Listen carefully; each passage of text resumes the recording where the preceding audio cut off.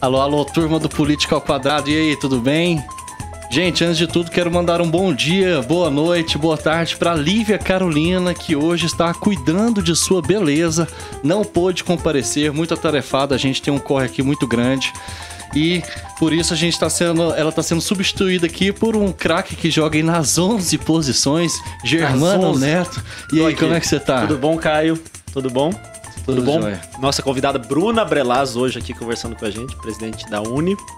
Com grande honra que a gente recebe a Bruna, amazonense, estudante de Direito, presidenta da Uni. E a gente vai conversar sobre tudo o que está acontecendo aqui recentemente, né? E também sobre coisas mais estruturais. Vou tentar substituir a Lívia aqui. Vou tentar fazer um esforço, tá? Acho que não tem como ser da altura da grande estrela desse programa. Que tá numa semana super difícil. Lívia, já recebi mensagens aqui do pessoal sentindo sua falta. Então, se você estiver ouvindo aqui agora também, volte logo. Porque eu fico constrangido aqui na frente das câmeras. Gente, Bruna, muito obrigado pela presença. É uma honra receber você. Eu queria começar solidarizando, né? Porque recentemente você recebeu vários ataques, a Uni também recebeu. E a gente também começou o Política ao Quadrado tentando ter uma certa amplitude. Conversa não pega, a gente quer dialogar, a gente quer construir pontes nesse momento tão difícil do Brasil. O Política ao Quadrado é recém-nascido, a gente está aí há um ano, quase de sobrevivência. A Uni já tem 83 anos, tem muita história, de muita luta e de persistente busca por esse diálogo. E você está representando muito bem isso. Então, a solidariedade do Política ao Quadrado aos ataques, então, que a Bruna Eu agradeço demais, agradeço o espaço aqui desse podcast, Política ao Quadrado. Eu adoro podcast, gente. Eu vejo todos os podcasts e fico muito feliz de participar do podcast de vocês e a gente poder conversar um pouquinho aqui sobre o que tem acontecido no Brasil, enfim, as nossas impressões aí do passado, presente e futuro, né? Desse nosso país. Isso, eu quero até continuar nessa toada aí, dessa questão desses ataques. E querer saber, assim, o que incomodou tanto? O que na sua visão, que vespero você tocou que surgiu esses ataques rasteiros aí de todo lado do espectro político? Explica pra gente um pouco, pra gente contextualizar essa questão. Então, eu também não sei o que tanto incomodou alguns setores, né? Eu reforço até que são setores muito minoritários, mas agem de forma muito pesada dentro das redes, né? Eu acho que existe hoje um debate eleitoral que está acima do debate conjuntural relacionado ao próprio governo Bolsonaro e todos os aspectos que a gente vem construindo pelo Fora Bolsonaro, pelo impeachment do presidente da República. E existem, dentro desses campos, divergências táticas, que a gente chama sobre a nossa atuação nesse processo. Nós defendemos hoje que esse processo da luta política precisa ser construído de forma ampla, exatamente porque o nosso maior interesse é construir um impeachment, derrotar Bolsonaro, porque ele representa uma ameaça aos brasileiros e à democracia. Ponto. Esse é o objetivo principal. Agora, existem pequenos setores que confundem esse processo e radicalizam essas ações mais amplas no sentido de criticar, até mesmo de demonizar essas ações nesse sentido. E acaba surgindo muito discurso de ódio dentro delas, né? Então, o que me deixa muito preocupada é quando isso acontece com as mulheres, e acontece com maior frequência com as mulheres. Se a gente pega aí diversos exemplos de mulheres que têm tomado a iniciativa de fazer a construção de frente ampla, nós somos as mais atacadas e o ataque não é político, não é de discordância de conteúdo. É o ataque ao nosso corpo, à nossa cor, ao nosso gênero, e isso, para mim, tem sido muito ruim, precisa ser combatido, e isso é um aspecto, inclusive, que a extrema-direita usa, o próprio bolsonarismo usa, a gente precisa combater. Eu não tenho lugar de fala para compreender isso mesmo, mas eu acho assim, isso pode ter sido agravado, né, pelo fato de você ser mulher, de você vir da região norte. Eu vi até um tweet da Marina Silva se solidarizando com você e se colocando nesse mesmo lugar, assim. Mas isso foi agravado por isso. Acho que a razão realmente não foi por você ser mulher, né? Você colocou no começo. Foi por você estar se movimentando sem necessariamente estar vinculado à tática eleitoral de nenhum grupo, né? Exatamente. E daí, então, como o Caio perguntou por que isso incomodou muito, né?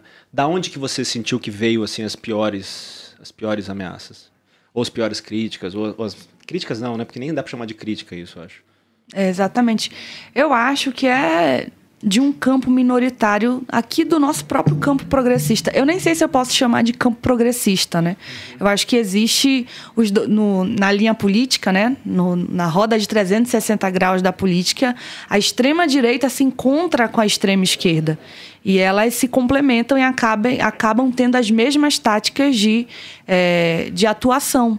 E eu acho que partiu dessa bolha da extrema-direita, da extrema esquerda e da extrema direita também, porque os bolsonaristas não dão paz, eles não estão acuados nesse debate, eles também nos atacam porque nosso maior inimigo é o Bolsonaro, então... Da extrema esquerda também, por vocês quererem o impeachment. Exatamente. A extrema esquerda não quer um impeachment? Eu acho que não. Sério? Eu acho que não quer, porque eu, inclusive, falei um pouco com alguns jornalistas, perguntando até da própria atuação de alguns partidos menores ali que me vaiaram no dia 2. E eu falo especificamente do PCO. Eu acho que eu, inclusive, fui muito cuidadosa, porque eu acho que nós não podemos demonizar nenhum tipo de partido político. Mas eu acho que esses setores precisam refletir se de fato defende o fora Bolsonaro. Precisa ser sincero com o Brasil, precisa ser sincero com a sua base, com quem se organiza. Apesar de eu, pessoalmente, achar que esse pessoal que não organiza ninguém mesmo. Então, tá falando para si próprio uma militância radicalizada. Então, quando eu disse em algumas entrevistas sobre a preocupação em dialogar com o Brasil real, eu falo disso também, entendeu? Porque quanto mais a gente radicaliza um discurso, enquanto existe um inimigo central correndo solto, mais a gente fica na dianteira do processo. E para nós aqui, derrotar o Bolsonaro precisa ser prioridade. Não dá para a gente aceitar como cena normal o que aconteceu em Fortaleza. As pessoas catando comida no lixão, na caçamba de lixo, gente. Só que esse é o Brasil real. E as pessoas estão preocupadas quem vai ser eleito, quem vai estar no primeiro, no segundo turno. Eu estou preocupada em derrotar quem foi que implementou isso. Nós sabemos qual é o projeto que implementou essa situação ao Brasil. Então, eu fico muito preocupada com isso. Eu acho que eu tentei, por algum momento, colocar em pormenores esse debate da discussão sobre essa rede de ódio, mas eu não pude deixar de me manifestar também. O bolsonarismo, ele ataca de forma muito cruel e é muito estruturado, financiado. Agora, nós precisamos refletir se existe mesmo na esquerda, uma parte da esquerda financiando isso. E se for financiado, é preciso refletir e se combater.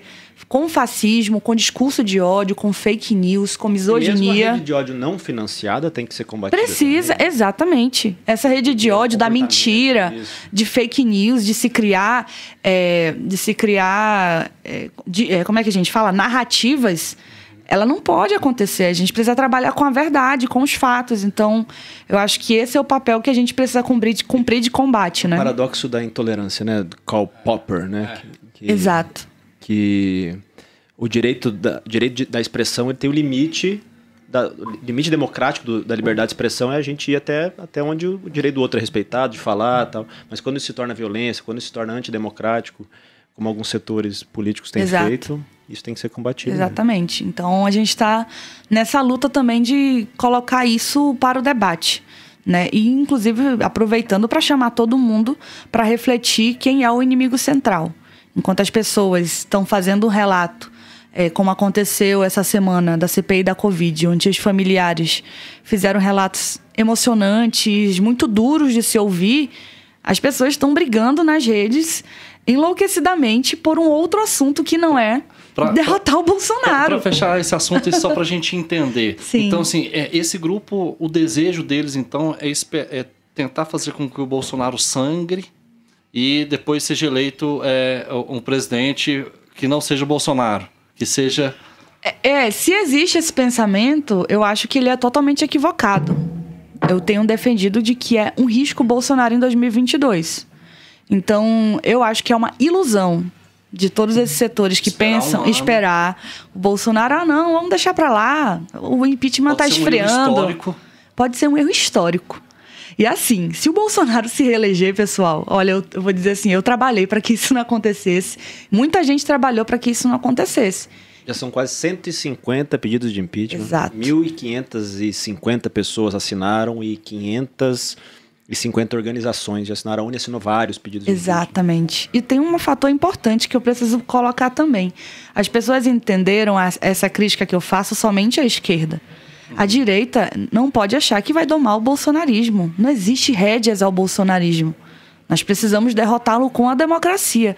E se eles permitirem que Bolsonaro siga aí tocando a sua agenda antidemocrática, eles também serão responsabilizados e eles serão limados pelo bolsonarismo. Então é uma decisão política também da direita brasileira. Uma responsabilidade. É uma responsabilidade deles também. Eu quis falar isso nas minhas entrevistas e procuro deixar bem evidente também que todo mundo precisa se responsabilizar. Ótimo. Como é que foi a sua ascensão e chegada à presidência da UNE? Como é que está sendo essa gestão em plena pandemia? Foi a primeira vez que houve uma votação remota. Explica para a gente como é que está esse contexto da sua liderança na UNE nesse contexto. Olha, a gente já chegou com tudo, né? A gente já chegou... Foi em julho, né? Muito Exatamente, recente. É muito recente. Parece que eu já estou assim 1000 anos, vários anos na UNE e são várias pautas ao mesmo tempo. Tanto as pautas educacionais quanto a pauta da democracia, o nosso engajamento e mobilização da juventude, dos estudantes nas mobilizações pelo Fora Bolsonaro, a nossa participação política efetiva na pressão ao Ministério da Educação para que a universidade tenha o seu orçamento recomposto, pelo debate mais aprofundado sobre o retorno às aulas, enfim, é muita coisa para se debater e a gente vem enfrentando uma conjuntura política assim, que é um solavanco de várias coisas, assim, né? E eu costumo dizer o seguinte, que a gente quer tanto derrotar o Bolsonaro e o nosso principal motivo é que no momento que a gente derrote esse presidente da República, a gente vai ter um desafio enorme. A gente vai ter um outro desafio, que é reconstruir o debate de país. Reconstruir o Brasil pós-Bolsonaro. E vamos precisar ainda enfrentar de forma profunda o bolsonarismo. Sim. Porque, não sei se vocês concordam, mas o bolsonarismo ele está correndo independente de Bolsonaro. Então, a gente tem o programa número 24, acho, 25, que a gente recebeu o professor João César, da UERJ. Legal.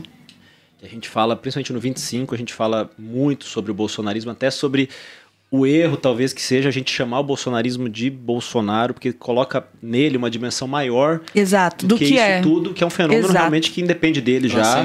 Exatamente. Que está se enraizando cada vez mais. Exatamente. Então, esse vai ser um enfrentamento importante. Como nós vamos lidar com toda essa estruturação que foi feita, inclusive a partir do Bolsonaro, elegendo o Bolsonaro. E quando a gente brinca não, né? A gente fala sério, na verdade, sobre falar com todo mundo, é falar com todo mundo. Pô, se a gente pegar nosso núcleo familiar, muita gente se arrependeu. Muita gente. Aí eu vou ficar apontando o dedo na cara da pessoa. A pessoa foi enganada. A pessoa não é fascista, gente. Sim. Essa pessoa que foi enganada pelo Bolsonaro não é fascista, tem insistido. Então, a gente precisa superar essa etapa de um ressentimento político do golpe. Eu acho que o golpe foi muito duro, uma parte da esquerda e do povo brasileiro, mas nós precisamos superá-lo no sentido, reconhecendo que existiu e etc., mas uma superação para que a gente... Descongele a correlação de força. Descongele, exatamente. Para que a gente consiga se entrelaçar, fazer o Brasil se encontrar consigo mesmo.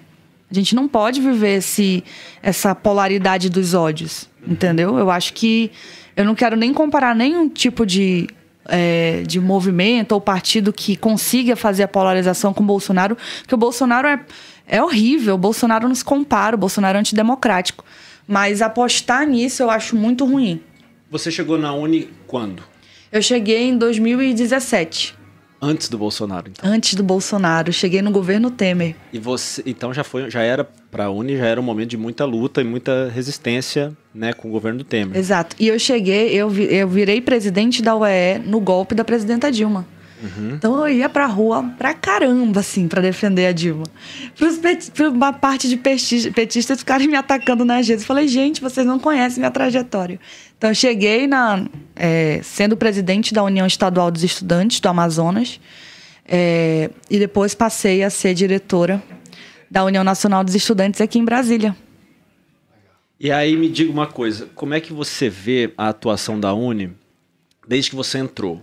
Se você vê a atuação muito parecida, ou se transformou muito ao longo desses anos que você está lá? Os estudantes que têm militado na Uni, se isso também tem se transformado de alguma maneira em relação ao Bolsonaro? Se a gente perdeu alguma base?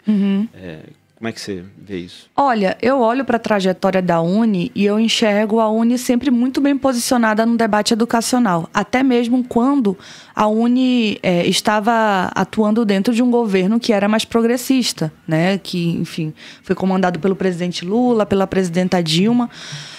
Muita gente não sabe, mas a gente atuou de forma muito preponderante para que pautas como o ProUni e os 50% do Fundo Social do Pré-Sal para a educação fossem aprovados. Foi uma articulação nossa. E aí, enfim, a gente pressionou muito o governo federal para que isso acontecesse. Fizemos as críticas necessárias ao governo Dilma, ao próprio governo Lula, relacionado à política fiscal. E eu acho que nós cumprimos o nosso papel naquele período. E existiu uma confusão também sobre a nossa participação, enfim. E uma parte da nossa base acabou achando outra coisa, né? Se organizando de outra forma. E aí vem o governo Bolsonaro. E vem o tsunami da educação em 2019, que foram aquelas gigantes mobilizações. Depois dos contingenciamentos. Depois dos contingenciamentos, gigantes assembleias, mobilizações impressionantes, porque elas não ocorreram só nas capitais. Eram estudantes dos municípios. Muito maior que qualquer uma das manifestações recentes aqui agora. Exatamente. Foram muito maiores e preponderantes. E a gente teve esse papel importante de ser os primeiros a denunciar o que seria o governo Bolsonaro. E a atuação do governo Bolsonaro, em primeira mão, foi atacar a educação, foi inclusive ideologicamente, né? Enfim, chamando centros acadêmicos de ninho de rato, falando que de maconha, balbúrdia, e isso cortando da educação. E fazendo enfrentamento direto às universidades, aos reitores, perseguição até hoje. Vai entrar escolhendo o reitor que não estava na lista tríplice. Né? Toda essa confusão aí. E eu acho que existe esse boom, assim, de reencontro de todos os estudantes. E eu insisto em falar sobre isso porque existe uma crítica que eu me incomodo, que eu vejo toda hora aqui no meu Twitter, eu fico irritada. Quando as pessoas falam, cadê os estudantes? Cadê os estudantes? Os estudantes não estão mobilizados. Os estudantes estão mobilizados desde sempre. E eles se organizam de diversas formas, desde sempre. E o tsunami da educação foi esse reencontro com todo mundo, sabe? Foi a grande frente ampla da educação. Porque todo mundo era contra os cortes que estavam acontecendo nas universidades. E o tsunami deu, inclusive, espaço para os setores do MBL participarem. O MBL participou, entrou no tsunami da educação, organizado pela Uni, foi bem-vindo. Organizado pela Uni, pela UBS e pela NPG. E pela rede do movimento estudantil, né? Então, esse processo do tsunami da educação foi muito importante para a gente, assim, da reunificação de todos os estudantes em torno de uma pauta prioritária, que era defender a universidade de um governo que é obscurantista, que é o governo Bolsonaro, e totalmente anti-ciência, né? A pandemia está aí para provar que ele cumpriu um papel genocida. As pessoas até polemizam essa palavra, né? Eu não tenho medo de dizer. Foi genocida o papel que o Bolsonaro cumpriu na sua atuação na pandemia. E o desprezo da ciência a gente vê no corte do Ministério da Ciência e Tecnologia. Exato, 92%, né? O que a Uni está pensando em fazer alguma mobilização em relação a isso? A gente viu a tsunami, mas esse corte recente parece que o pessoal aceitou, mesmo porque foi passado também pelo Congresso e tal. Então, a gente tem organizado as mobilizações em defesa da ciência. No dia 26 vão ter ações, 26 agora de outubro, vão ter ações em todo o Brasil, para que a gente consiga pressionar o governo federal e todo o parlamento pela recomposição orçamentária.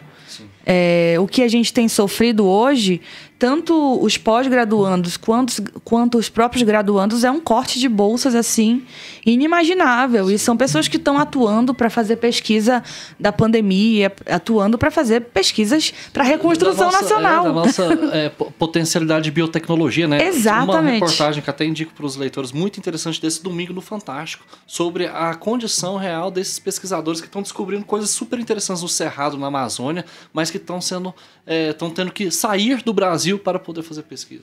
Existe hoje um fenômeno que tem acontecido no país, que é a fuga de cérebros, né? Na verdade, não é só fuga de cérebros, eles estão sendo enxotados do país. Diversos pesquisadores estão tendo que trabalhar fora do Brasil, pensar, dar sua contribuição intelectual para fora do Brasil, porque o país não tem nenhum tipo de acolhimento, de estrutura e etc. E a gente tem denunciado isso e visto com um alerta que a gente precisa ter atenção. Quem vai reconstruir o Brasil? Essa fuga de cérebros vem de muito tempo, né? Mesmo quando a gente tinha os cérebros aqui, de alguma maneira, a gente ainda sofria que as patentes eram feitas fora. Isso. Ainda tinha esse problema estrutural na pesquisa no Brasil. Exato. Né? E tem um outro fator que a gente tem enfrentado, que tem relação com os bolsistas do PIBID. São mais de 60 mil bolsas que não foram pagas ainda. Do último mês, né? Exatamente, que não foram pagas junto com o pessoal da... PET. Exatamente, todo mundo que está organizado nessa questão de bolsas. E aí a gente fica preocupado, por quê? A bolsa estudantil, ela tem 2 papéis: de incentivo ao estudante na sua atuação acadêmica e científica, e ela tem um papel de garantia de permanência. Entendeu? Muito estudante aqui no meu Twitter hoje falando assim: Bruna, eu não consegui pagar meu aluguel, eu não consegui pagar minha luz, eu estou numa situação desesperadora. Como é que eu vou estudar? Como é que eu vou me dedicar à educação? Como é que eu vou me dedicar aqui ao meu curso? Não tem como sem a bolsa. Então, nós estamos enfrentando esse problema agora de cortes orçamentários no ensino superior e cortes nas bolsas acadêmicas, né? O PNAES, que é o Plano Nacional de Assistência Estudantil, teve um corte brutal, e isso vem afetar os estudantes do ensino superior. O que nós estamos reivindicando é a recomposição orçamentária. E tem um debate que é interessante para a gente falar aqui de forma geral, que ele vai perdurar aí por muito tempo, que é a reflexão da universidade pós-pandemia. Né? Isso, porque os cortes também, eu estava vendo uma matéria da Andifes, né? 25% de cortes nas universidades. De 2019 para cá. Exatamente. E eles refletem nessa preparação da universidade para receber esses estudantes, professores, enfim, toda a comunidade acadêmica no pós-pandemia. Se nós estamos preocupados de fato com o retorno presencial, e ele precisa acontecer porque, na nossa opinião, isso tem prejudicado que os estudantes conseguissem dar sua consequência, permanência na universidade. Se nós queremos que isso aconteça, é preciso haver investimento. Ponto. E isso requer uma inteligência científica, inteligência governamental muito preponderante. E o grande problema é que a gente não tem isso, não tem exposição. Nós cobramos o ministro da Educação hoje, na Câmara dos Deputados, e a resposta dele foi de que aqui, a gente, pelo menos no Brasil, a gente pode se manifestar porque aqui não é Cuba e Venezuela. Gente... Esse não é uma questão, né? O centro-chave, eles sempre procuram construir uma cortina de fumaça, né? É incrível, o problema real tá ali, os caras vão lá e falam de um problema aleatório, entendeu? Os caras têm essa capacidade, técnico. E não é burrice, entendeu? Não é porque ele é idiota, etc. É porque é um projeto, Qual entendeu? É o projeto do... A gente já foi perguntado aqui no Político ao Quadrado quem era o ministro da Educação. A gente não soube responder, passamos vergonha, mas a Bruna, antes do programa, nos lembrou o nome. Lembrou pelo menos o nome. O Milton Ribeiro. Lembrava, é totalmente, enfim, apagado, né? Qual que se considera que é o projeto do Milton Ribeiro para a educação no Brasil? Eu acho que não é só um projeto do Milton Ribeiro. Todos os ministros da Educação atuaram, tiveram uma atuação muito ideológica parecida com o Bolsonaro. Por óbvio. O Rentraub se destacou porque é o que mais aparecia e ficava falando besteira. O Milton Ribeiro resolveu dar as caras agora. Falou, fez discurso capacitista, disse que universidade é para poucos, disse que tem muita universidade no Brasil que está gerando um custo ao povo brasileiro. Falou coisa totalmente interligada com o que o Bolsonaro pensa. Então, por mais que se troque o ministro da Educação, como já trocou diversas vezes, isso tem atrapalhado o desempenho da educação, enfim, em todos os níveis, existe um pensamento ali ideológico muito bem formado e estruturado, numa teia, né? Que vai reverberando em todos os ministérios. E isso acaba afetando diretamente na política real de atuação da universidade, da escola, de discussão de projeto, de avanço. Imagine, são 3 anos, quase 3 anos de governo Bolsonaro e a gente não tem nada. Nada, cara. E educação pra gente precisa ter uma centralidade importante, que nada, né? A gente tem só menos do que tinha antes. Tem menos do que... Exato. Não é que parou, estagnou. Tá ali, continuando na mesma... É que tá diminuindo. As pessoas estão desistindo de permanecer no ensino superior. As pessoas não estão tendo mais interesse em entrar no ensino superior. E essas pessoas, elas têm cor e classe. Elas são as mais pobres e elas são as negras e indígenas desse país. Eu participei do encontro dos estudantes indígenas aqui, fazendo um apelo ao governo federal, ao Ministério da Educação, relacionado às bolsas dos indígenas e quilombolas. E hoje, eles se veem numa situação de desistir do ensino superior. E isso é tirar o povo brasileiro da universidade, gente. É elitizar a universidade novamente, é fazer com que outra classe social... Porque a gente pega o contexto da história... de como a universidade brasileira foi implementada e por que ela começou a existir, foi para garantir ali os interesses de quem era mais rico no país, do império, dos filhos do pessoal que tinha dinheiro, enfim. Então, a gente tem procurado romper com esse ciclo de uma universidade elitizada e é muito difícil dentro do governo Bolsonaro, por óbvio. Então, a gente tem refletido de que é preciso construir uma resistência de combate a todos os ataques, de reivindicação, para que a universidade sofra menos.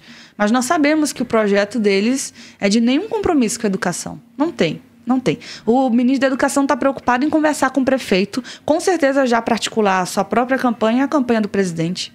Isso não pode acontecer, gente. Qual que é a relação da Uni com as instituições privadas do Brasil? E universidades privadas, você diz? Das universidades privadas.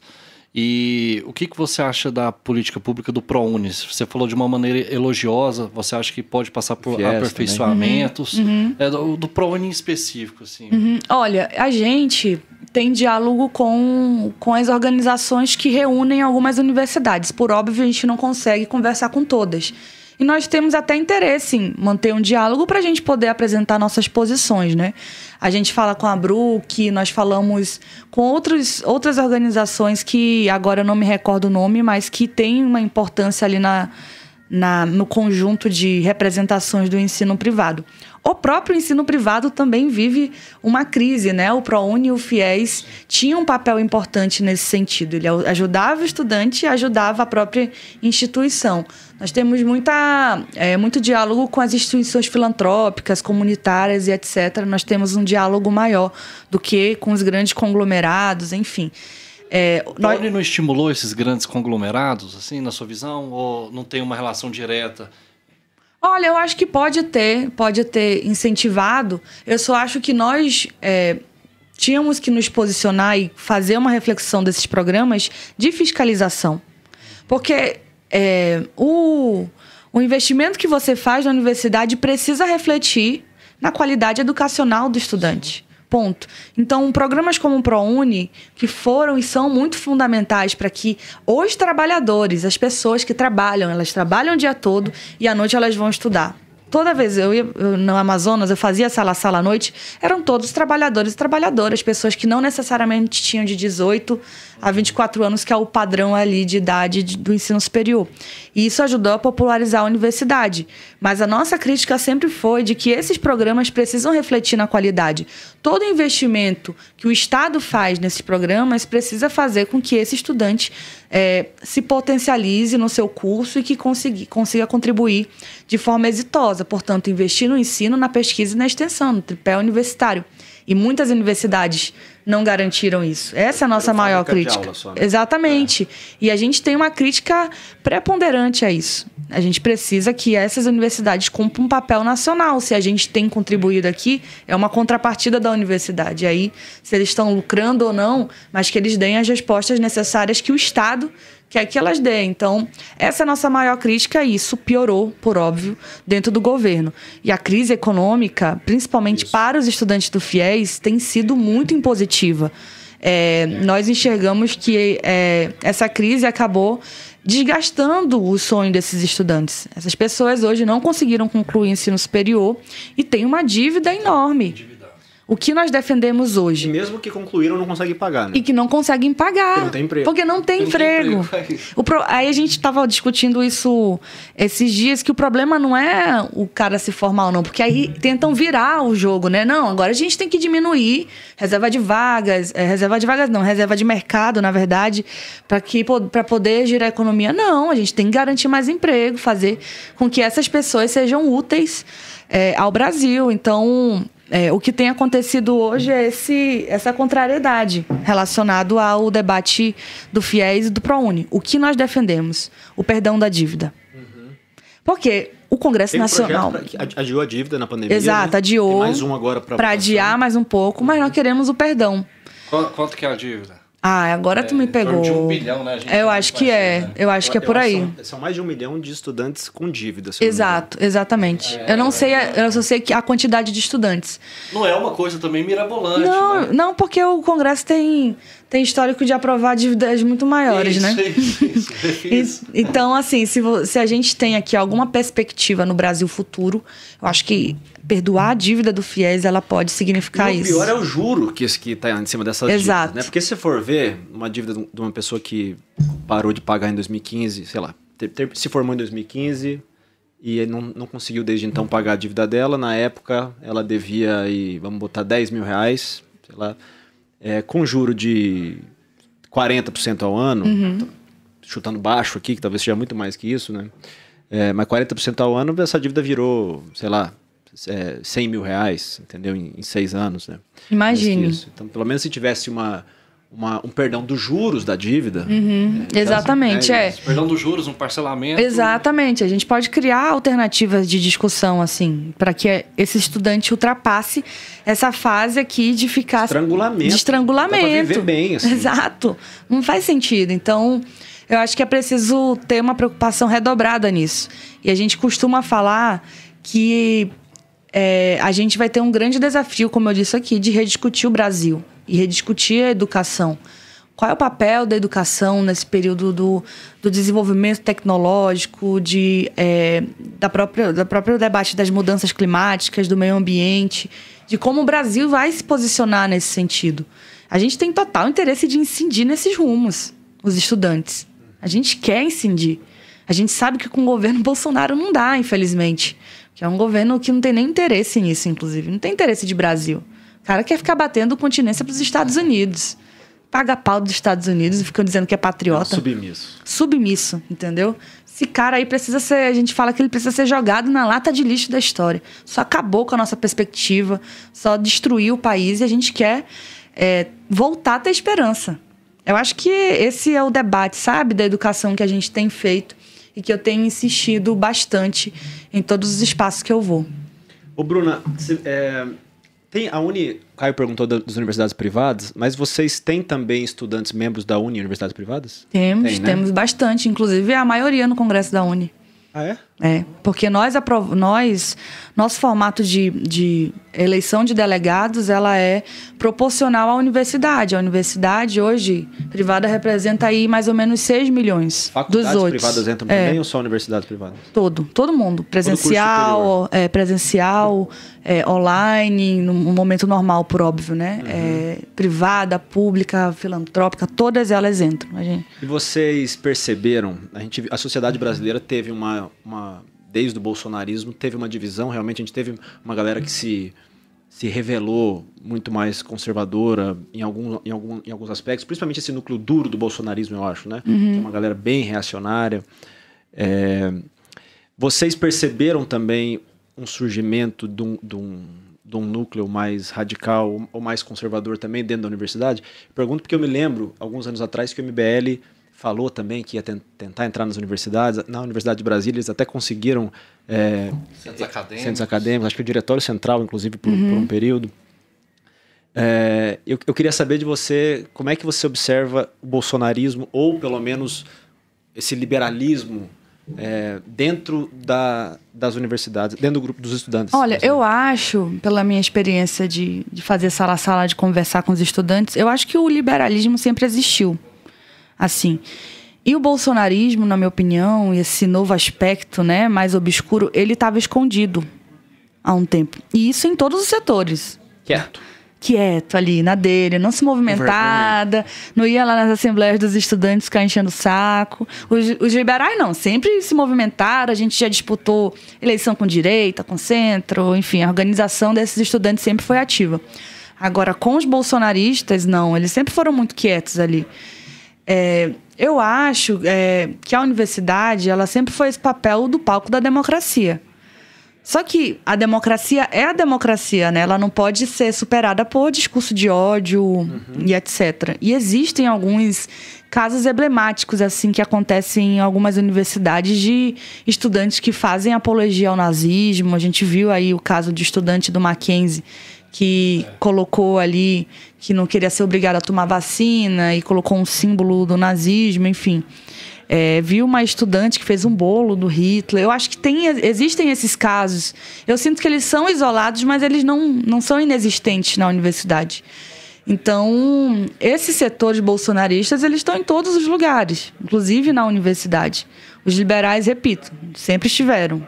Sempre tem liberais, enfim, sempre participaram. Eu queria, inclusive, que eles disputassem o Congresso da Uni. Inclusive, a gente convidou a MBL. Disputa a Uni, cara. Vocês são tão bons aí. Disputa a Uni pra vocês Por que mostrar. Que eles não disputaram? Não sei. Acho que é medo da gente. Mas a gente sempre incentivou a todos os setores a disputarem a Uni. Sempre, sempre. Eles a Uni tentaram contrapor até a questão da carteirinha de estudante uma época. Eles tentaram e realmente se provaram muito mais, nesse aspecto, muito mais enfraquecidos do que eles Isso, exatamente. tratavam. Eles não têm tanta força na universidade, na minha opinião. E se tem, ela é ínfima, né? E eu acho que a gente vai precisar com que o Congresso da Uni seja isso, cara. Eu sempre defendi. Não acho que é só nós que tem que disputar. Tem que deixar o estudante que quer ser liberal disputar a Uni é dos estudantes. Isso, inclusive, impacta no discurso de frente ampla. Sim. Vamos te xingar de novo, hein, Bruno, agora? Puta merda, lasquei. Mas eu tô tranquila com isso. O PSDB já participou, foi grande, fez a mobilização dele lá. O próprio MDB se organizou, mas não conseguiu participar do Congresso, enfim. Nós queremos que todos os estudantes se organizem, ponto. Só não aceitamos gente que faz discurso de ódio. Aí, meu filho, discurso de ódio se combate. A democracia nos dá, inclusive, a liberdade para fazer isso, né? Então... Hoje, na diretoria da Uni, vocês estão compostos por quantos partidos, você sabe? Cara, nossa, eu nunca sei. Eu sou péssima desses números, sabia? Sempre me parece que... Cara, tem PCdoB, tem o PT, tem o PSOL, e PT e PSOL com diversas correntes, né? Então, eles disputam dentro das correntes deles. Tem o PPL, enfim, que foi PPL, agora está incorporado no PCdoB. Tem PDT, tem PSB... enfim, são mais ou menos esses que compõem. E tem uma turma que encheu meu saco no Congresso da Uni, que são a turma da UJL. Eles são os liberais, assim. União da Juventude Liberal, acho que é isso. E eles participaram em peso, eu adorei. Eu falei, é isso aí, vocês são estudantes, tem que participar mesmo. Estavam lá no Congresso da Uni, de forma virtual, enchendo meu saco, que eu era candidata. Por quê? Falando o quê? Falando que eu falava em todos os grupos, que eu não devia estar lá, não sei o quê, que é o J... E eles fizeram... Que não tiver estar assim, cara, isso não é liberalismo, propriamente dito, não. Mas eu acho que eles atuaram bem, assim, em todos os grupos. Eles falaram a opinião deles e não foi não vi ali nenhum tipo de opinião de discurso de ódio, sabe? Então, é uma turma que também participa, não está na diretoria, mas participa do Congresso e pode ser que aí até o próximo Congresso da Uni eles levem a chapa deles, tentem a diretoria. É uma formação democrática que essa galera passa na Uni também, né? Exato. Acho que esse é o problema dessa galera que não consegue dialogar, que a gente estava falando aqui no começo. Exato. Nunca passou por necessidade de sentar e conversar com nada. Não tem nada mais legal, cara, que você subir no púlpito do Congresso da Uni e você ver as mais diferentes ideias sendo faladas ali, inclusive dentro do campo da esquerda. isso é a Uni, a democracia, entendeu? Da Uni e do que a Uni representa ao Brasil. Não tem nada mais emocionante, eu fico até emocionada, nada mais emocionante do que entrar num congresso que vibra, assim, a gente, como é que é o nome que a gente fala? Ai, meu Deus, os ginásios, os grandes ginásios, estádios vibrando, assim, de estudante falando de educação, falando do que pensa, as arenas, exatamente. É muito bonito o congresso. Ano que vem vai ser presencial, né? Vai ser presencial em 2023, que vai ter o congresso da Uni. E a gente vai fazer as atividades da Uni, vai passar a fazer esse retorno presencial das atividades. Então, Coneg da Uni, a Bienal, que também é em 2023. Nós temos muita perspectiva na Bienal, ela está na sua 13ª edição. Ela acontece desde os anos 2000 e ela cumpre um papel fenomenal. Vou até convidar vocês para participarem também. Já sabe onde vai ser? Ai, eu não posso dar spoiler. Segura essa. Então. Teve a última foi em Salvador, se eu não me engano. Foi, né? Foi lindo. O Gil foi homenageado, foi lá. Vão diversos artistas. E é muito bonito. Assim, eu sinto muita falta disso, sabe? Do contato direto. A gente está começando agora, a manifestação ajuda, mas ir para a universidade e conversar com os estudantes é algo que nos impulsiona mais. Eu acho que se esse retorno presencial acontecer, se a gente conseguir aprovar a recomposição orçamentária, eu acho que a gente vai poder ter aí um novo momento do movimento estudantil, um primeiro semestre de muita mobilização dos estudantes. Ô Bruna, recentemente, né, até partindo para uma questão mais conjuntural, recentemente você se solidarizou com a ex-presidenta Dilma Rousseff, né? Sim. Em relação àquelas críticas do Ciro Gomes, que foi considerado por ela, né, um ataque misógino, um contra-ataque, né, porque ela tinha atacado ele também e tal, então deu esse entrever aí entre o Ciro e o PT. E aí você se solidarizou, falando, cara, a gente não pode aceitar ataque machista, né? Eu queria entender essa questão, porque assim, quando é que eu vou poder criticar, talvez, uma mulher e isso não vai ser ataque machista? Se eu acho, por exemplo, uma mulher incompetente, será que isso é machismo? Se eu acho o Sérgio Camargo, se eu vou criticar o Sérgio Camargo, ele é negro, será que eu estou praticando racismo? Eu queria entender melhor essa questão, porque, enfim, né? A Dilma teve uma rejeição ao longo do seu governo muito alta. Sim. Foi em torno de 90% de rejeição. Então, eu brinco às vezes que, para mim, eu provoco isso, uma opinião super pessoal, posso ser atacado também, porque para mim o impeachment não foi golpe. Vai ser cancelado. Vou ser cancelado porque, enfim, porque foi a população pedindo para o Congresso, haja, pelo amor de Deus, tira essa mulher. Obviamente, muito pressionado também pela imprensa, etc. Teve todo um caldo de lavajatismo, tentativa de sufocamento do Congresso, da governabilidade. A gente considera isso. Mas a pressão popular existiu para a queda dela e boa parte das pessoas considera que ela foi inapta politicamente em vários momentos. A gente teve aqui também o Adroaldo no programa 5. Ele contou, ele era secretário executivo. Bastidores do impeachment. Os bastidores do impeachment, muito interessante. Ele foi secretário executivo do Ministério das Comunicações com André Figueiredo, que estava muito junto da Dilma naquele momento. Ele falou sim que houve muita misoginia naquele momento, que se ela fosse homem tal. Sofreu como mulher. Isso, sofreu muito. Mas ao mesmo tempo ele ressaltou essas questões. Não gostava de negociar, não gostava de política, enfim. Sim. Seria misoginia devido a todo esse contexto, eu chamá-la de incompetente? Olha, eu acho que existe um trauma muito preponderante desde o golpe, porque a misoginia contra a Dilma foi muito pesada. Assim, eu não vou esquecer nunca do adesivo que fizeram dos combustíveis. Terrível. E da forma como se posicionaram contra ela. Porque eu acho existe uma diferença brutal. É o que eu estou passando hoje, sabe? Existe uma diferença brutal na crítica. E aí eu me solidarizei com ela muito nesse sentimento de entender que sempre para as mulheres existe um peso a mais. E eu não vi...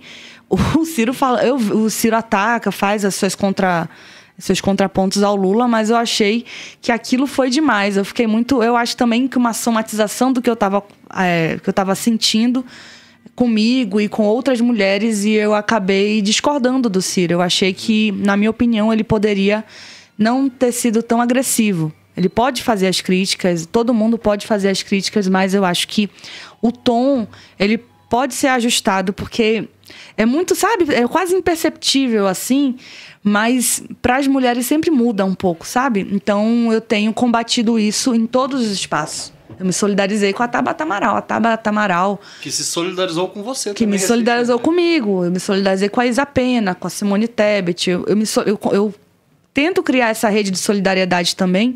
A própria Manuela Dávila, que atua muito nisso, é uma pessoa que sofre muito.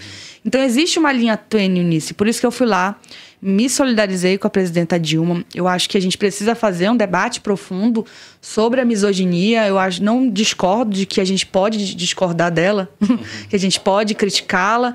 Só acho que às vezes o tom muda. Até assim na comparação Lula e Dilma. Eu acho que o tom, ele acaba sempre subindo um pouco a mais para as mulheres. E isso para mim me incomoda particularmente, sabe?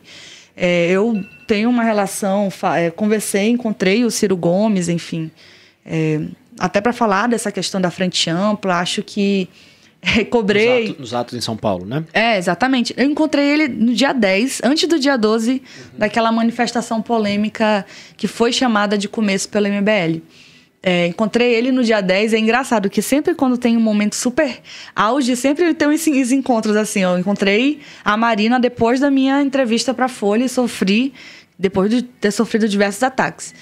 Então, acho que é essa linha que muda, sabe? Isso é quase imperceptível. Não significa que a gente não possa criticar. Nós criticamos, a gente fez manifestação contra a Dilma, dizendo que aquele ajuste fiscal que ela fez era incorreto. Os estudantes foram para a rua para tirar o Meirelles, a gente avisou. Levi, na verdade, perdão. O Levi, a gente foi lá para a rua e se manifestou contra ela.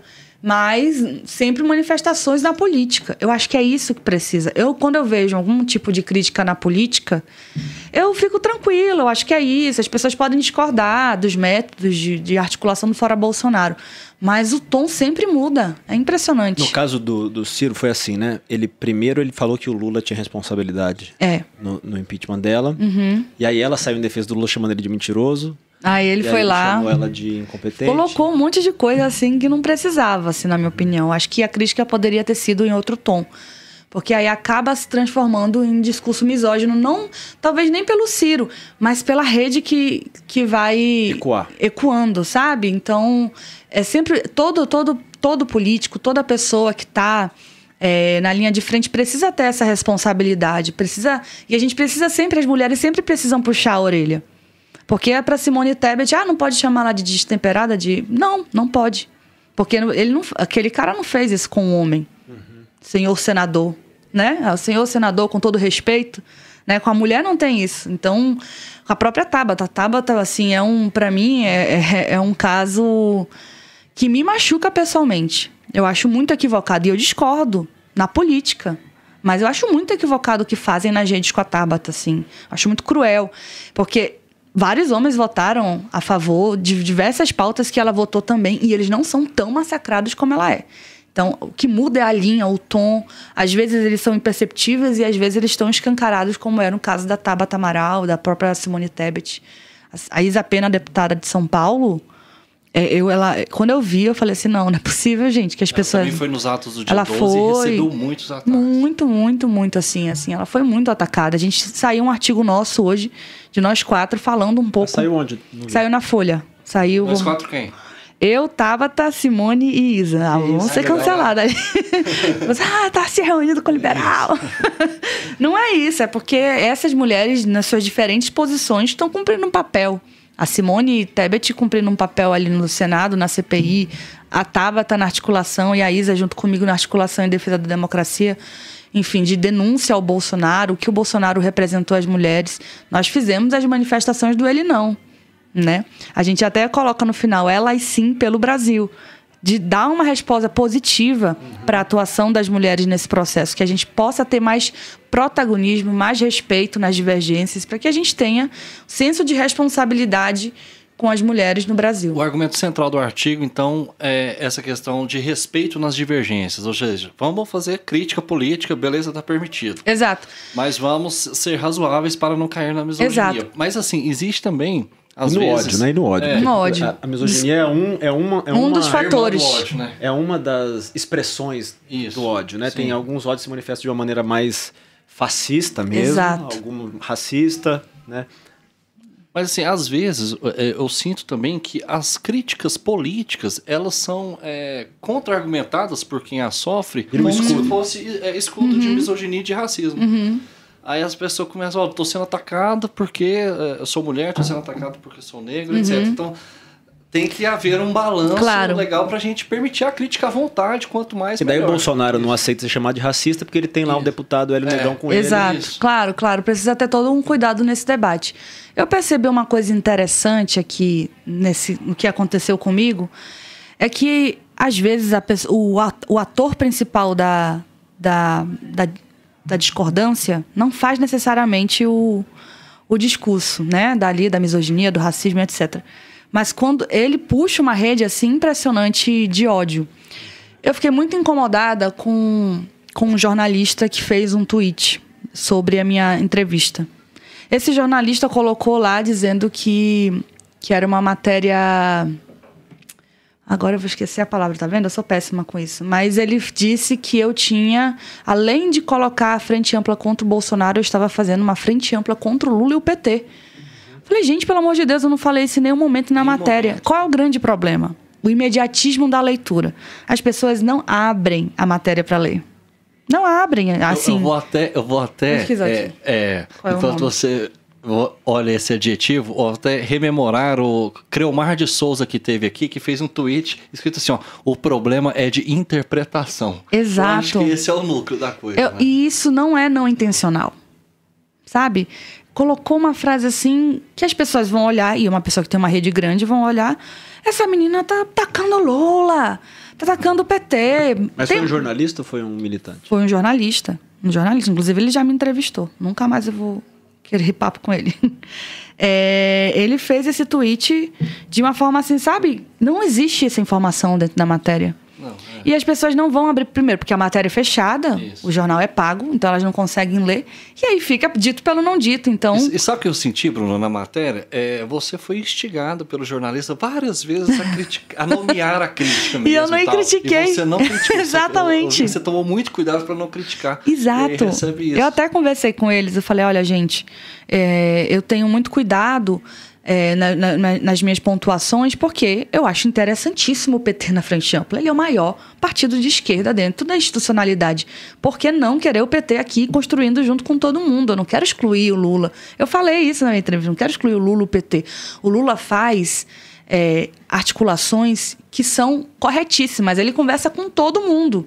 E ele tem uma blindagem ali, porque ninguém critica ele, né? Porque se existe alguma crítica, ela é muito ínfima, né? Por parte do próprio campo ali, dos meus amigos do PT. Eu acho que esse que é o grande problema da internet no geral, entendeu? Porque aí se cria ali aí tem o título da matéria, né? E aí se cria ali toda uma repercussão sobre o título da matéria, sobre o título da pessoa que está criticando a matéria, e não existe uma leitura da matéria. Na matéria, em todo momento, eu cobro todo mundo. Falei de todo mundo. Falei, gente, é todo mundo que precisa se responsabilizar. Até os que já estão se responsabilizando, precisa fazer mais. Porque o que o cara está fazendo no Brasil é de uma forma Mas eu desumana. acho que a dor, nesse caso, especificamente, eu li a matéria, refleti muito sobre ela, porque me interessa muito essa discussão sobre rede de ódio e internet e mídias sociais e como que o discurso se propaga. É uma coisa que me intriga muito, e quando eu li também me chamou muita atenção. Refleti muito sobre a matéria. E eu acho que esse desconforto veio porque a crítica que você fez em relação à união em torno do impeachment, a carapuça serviu, na verdade. Porque o próprio Lula, na verdade, ele não se manifesta diretamente em favor do impeachment, né? E aí, Ele assim, se manifestou hoje, assim, sobre a frente ampla. resultado da sua crítica, então talvez Ai, parabéns, tomara! aí, ó. Ai, Lula, eu te agradeço por Mas colocar como isso como é uma relevância. coisa que, em 1 ano e meio, quase, de pandemia, ele não se manifestou, e tem até alguns momentos, nesse período, Assim, Você sabe que eu política. encontrei o Lula 4 vezes, mais que todo mundo, né? Eu não consegui conversar com ele. Eu até já pedi aqui algumas vezes da agenda pra gente sentar e conversar um pouco. Eu acho ele uma liderança importantíssima ao Brasil. É importante também conversar com o Lula. Entendeu? Qual vai ser a pauta dessa conversa aí? Frente ampla. Frente ampla. Entendeu? Ele tem um papel importantíssimo. Pode ser um erro histórico dessa grande figura. Exato. Não mobilizar pela frente ampla. Exato. Pelo fora Bolsonaro que tem uma... Isso. É preciso haver uma mobilização de uma pessoa que influencia muita gente, né? Então, é que nem eu queria muito conversar com a Juliette, por exemplo. Alô, Juliette! Juliette, por favor, você pode participar da Frente Ampla contra o Bolsonaro? Por favor, a gente agradece. Então, tipo, essas figuras que têm muito papel preponderante de mobilização social têm uma responsabilidade gigante. O Lula é uma delas, outros setores também, inclusive não só da política, né? Outros setores artísticos, da intelectualidade, de outros campos podem atuar mais. E às vezes ficam mais recuados. Isso é muito equivocado. Não com a eleição de 2022, é com a democracia. Não é com partido A, partido B. É com a democracia. É fazer com que o Bolsonaro fique ali, ó, correndo aqui devagar. Depois ele tá metendo freio, meu filho, pra ir pra cima. Esse é meu maior medo. Eu não confio no Bolsonaro de jeito nenhum. Não acho ele esse idiota que é só idiota por ser, que é o jeito dele. Eu acho que tem uma estrutura muito poderosa. E eu tenho medo dessa estrutura poderosa por trás do Bolsonaro pelo mantimento de um poder. Não vai largar o poder. Não, e hoje é uma rede internacional se articulando em torno dele. Porque ele o Brasil hoje é dos principais países do mundo, talvez das 15 economias do mundo, né? Porque até isso a gente caiu. O Brasil hoje é a única economia que tem uma liderança de extrema-direita. Então, todas as forças da extrema-direita global vão lá, se reúnem em torno. Precisando que isso se sustente para ver se eles voltam ao poder em outros lugares, né? Exatamente. Eu acho que esse é o grande problema. Não é eu ser contra... Não sou contra ninguém, eu sou contra o Bolsonaro, cara. As pessoas precisam... Muito contra, assim. Ó, por isso que eu falo com todo mundo. Que eu sou muito contra, eu tenho tanta convicção na minha contrariedade ao Bolsonaro, que o meu afã de falar com todo mundo é nesse sentido. E todo mundo devia estar nesse sentimento, né? Eu acho. O timing, Bruno, o timing. Você acha que... Esse é o grande problema, o timing. O relógio está correndo muito rápido. Eu fico muito incomodada, exatamente. Eu fico incomodada. Isso não deveria ser uma variável, né? Pois é. O timing. Timing de quê? Mas ela existe, entendeu? Aí fala, não, já passou aqui 2021, não vai dar tempo. Vamos falar só de eleição agora. Não, a gente vai enfrentar o Bolsonaro. Até o final. Mas vamos até o final, mesmo com impeachment ou não, a gente vai desgastar ele. Vamos conversar com todo mundo para tentar convencer as pessoas de que ele não é o melhor país. E isso não parte somente por um caminho eleitoral, de ter um candidato para falar, ó, esse aqui... Não, nós vamos derrotar o Bolsonaro.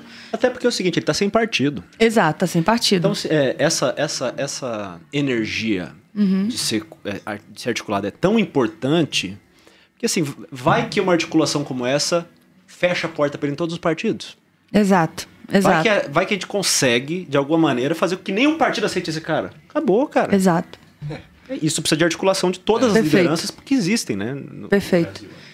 E eu vou insistir mais uma vez que como nós vamos nos configurar em 2022 perpassa por um debate de projeto. Os nomes e tudo mais são bacanas, etc. Todos eles, mas nós precisamos debater projeto de país. Qual é o projeto que vai reconstruir o Brasil? A gente precisa falar sobre isso. A gente quer que todo mundo esteja à disposição num grande pacto, sabe? Para reconstruir o país. Esse vai ser o principal emblema que a gente vai enfrentar. E, mais uma vez, enfrentar essa linha obscura que o Bolsonaro aí foi apoiado, né? Que a gente chama de bolsonarismo.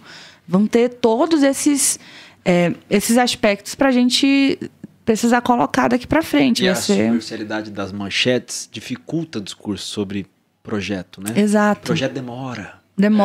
Tem que conversar sobre muito assunto. Precisa, demora mesmo. Tem que ler muito texto. Tem que ler. Tem que ter participação. Uma coisa que eu gostava no governo do Lula, ele fala bastante, são as conferências. As conferências de educação, de juventude, de mulheres, de negros, de não sei o quê. Da cidade. Eu participei, minhas primeiras atividades foi conferência. Eu participava de muita conferência. Elas são uma estrutura muito legal de fazer isso. que faz com que a participação popular seja mais efetiva, a discussão com esses setores mais institucionais precisa acontecer. Eu acho que esses são caminhos que são interessantes e eles vão demorar, porque o que o Bolsonaro fez assim com o Brasil é algo que quem for virar presidente da República, quem conseguir derrotar Bolsonaro, o projeto que conseguir derrotar vai ter um desafio enorme pela frente. Eu acho que esse vai ser o nosso principal emblema, assim, vamos ter que labutar bastante, vai ficar para o outro presidente da Uni também fazer. Até quando que vai o seu... Vai até 2023. Até sua gestão. Até junho, julho de 2023. Nas conversas com o Fernando Henrique Cardoso e com a Marina Silva ontem e com outras figuras, você tem sentido... Com Ciro também, né? Com Ciro também. Você tem sentido essa vontade de abertura para uma discussão de projeto plural, pluripartidário? Tem sentido? Ou não? Olha, em todas as conversas, eles têm bastante concordância sobre a questão da frente ampla. O próprio Ciro fez um artigo falando em trégua. Ô, Ciro. Não durou muito tempo, né? Ai, Ciro, me ajuda a te ajudar. Durou uma semana, foi lá ficar em contraponto ao Lula. Eu acho que todos eles se colocaram à disposição. O próprio Lula hoje fez um tweet. Como é que foi esse tweet? Lembra um pouco, assim, em linhas gerais, porque eu não vi também. Ele fala um pouco sobre a necessidade de conversar com todo mundo, de se construir a frente ampla e de se discutir um projeto em torno... na verdade, se discutir posições em torno de um projeto. Porque um pouco... porque recentemente eu vi um tweet dele falando, olha, todos os partidos têm que lançar candidato. E a gente vê no segundo turno quem passar. Quem não passar, não passou. Esse tem sido um discurso constante dele. Então, me surpreende uma nova posição, talvez influenciado por Bruna. Ele falou assim, não é momento... Bruna Brelas influenciando. Ele falou assim, não é momento de priorizar as eleições de 2022. Ainda estamos nos recuperando de uma pandemia que ceifou mais de 600 mil vidas, deixou milhares de órfãos, a fome e o desemprego castigando a vida do povo. Vou deixar para definir candidatura em fevereiro e março. E vamos trabalhar para construir a união dos setores progressistas. Um recuo, hein? Isso.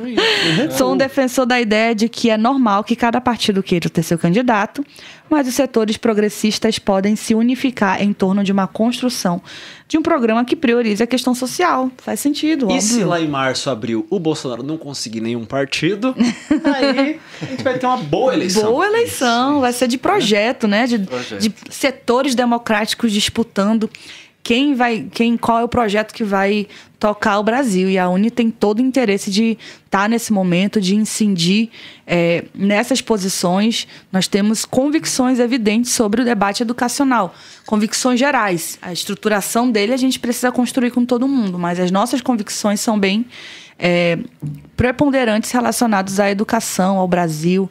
Nós queremos, assim... Eu fico lendo alguns textos, assim, e fico imaginando o papel e a potência da universidade, da ciência. Isso, muito. No Brasil, gente, biodiversidade, a gente tem cura para tudo aqui. Exatamente, a gente tem muita potência. Eu amo meu país, assim, eu sou verde e amarelo... Assim, coração verde e amarelo nosso, exatamente, é nosso, entendeu? Então, eu acho que esse momento de retomar a esperança é o que mais me dá vontade de continuar lutando. Eu tenho certeza que a gente vai derrotar o Bolsonaro. A gente vai ter um caminho muito duro para enfrentar nesse percurso, nesse trajeto. E a minha gestão vai pegar a maioria desse percurso, né? Mas esse é o desafio da nossa geração, assim, de reconstruir o país, de pensar o Brasil, de tirar esse obscurantismo do meio para a gente poder pensar no futuro que as pessoas, o povo esteja envolvido. Não adianta pensar nesse futuro grandioso do Brasil sem que o povo brasileiro esteja...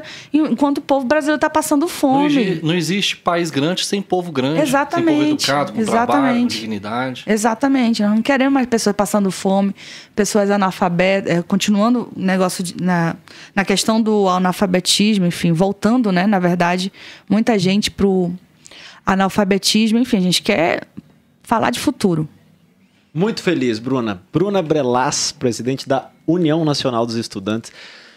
Muito legal conversar com você hoje, né? Vamos chamar ela para o nosso momento especial aqui, tem um momento surpresa. Ai, aqui. Que chique. Momento Jânio Quadros. É o seguinte, esse é um quadro fixo que a gente tem aqui, E o Jânio Quadros, quando ele foi presidente, ele se comunicava por bilhetes com todo mundo. Então ele pegava um papelzinho, escrevia o nome da pessoa, o conteúdo do bilhete e despachava por aí. Não tinha e-mail na época, né? Não tinha WhatsApp.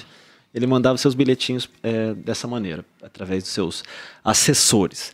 E aqui no Momento Jânio Quadros, você vai ser presidente hoje. Você virou presidente e você pode escrever um bilhetinho para uma instituição, para uma pessoa, Pro povo. para quem você quiser.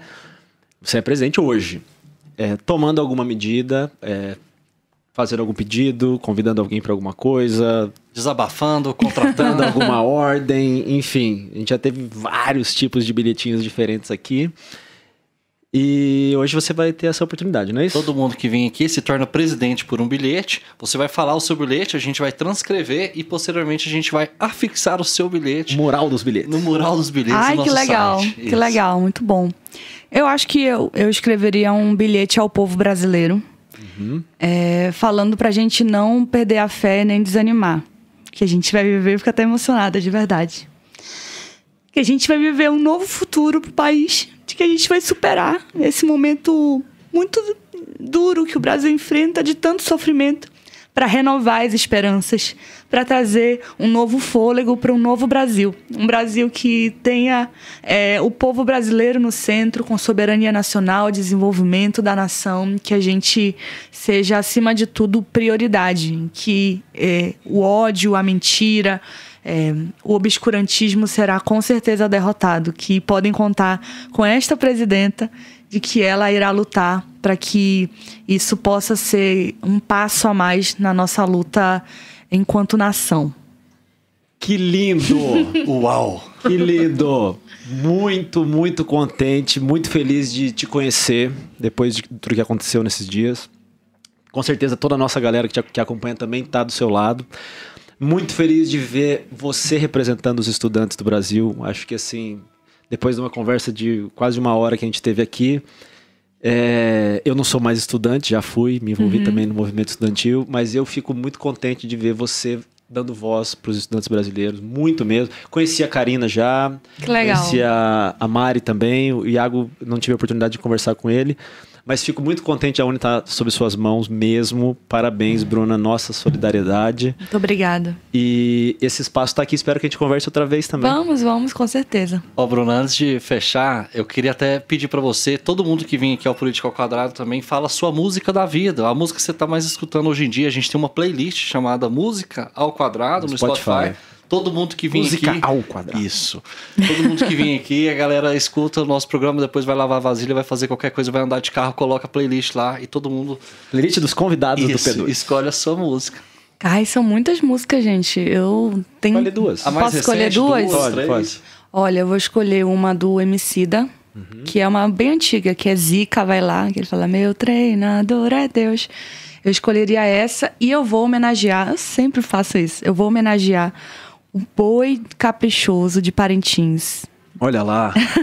E vou colocar... Você é de Parintins, não? Não, eu sou de Manaus.